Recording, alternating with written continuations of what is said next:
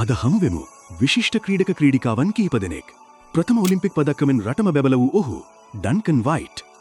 Olympic පදක්කම්ලාභී මෙරට එකම ක්‍රීඩිකාව වන ඇය සුසන්තිකා ජයසිංහ.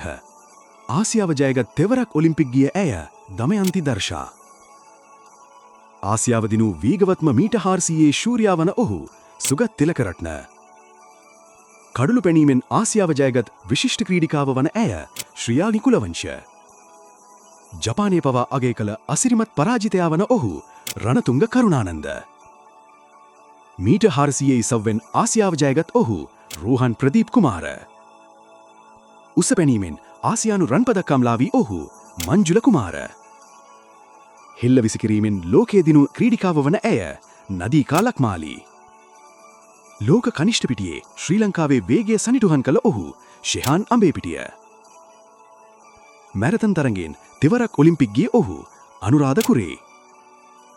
තෙවරක් ඔලිම්පික් නියෝජනය කළ පිහිනුම් පුරාවෘත්තය වන ඔහු ජුලියන් බෝලින්. දකුණු ආසියානු පදක්කම් 11ක් දිනු පිහිනුම් ශූරී වන එය මයුමි රහිම්. පොදු රාජ්‍ය මණ්ඩලීය රන් පදක්කම්ලාභී බරේසිලීමේ ශූරයා වන පහු චින්තන ගීතාල්. අපේ රට වෙනුවෙන් කළ මෙහෙයට සියලු ක්‍රීඩක ක්‍රීඩිකාවන්ට අපේ ප්‍රණාමය. මේ වගේ වීඩියෝ ඉදිරියටත් බලන්න අපේ පේජ් එක ෆලෝ කරන්න.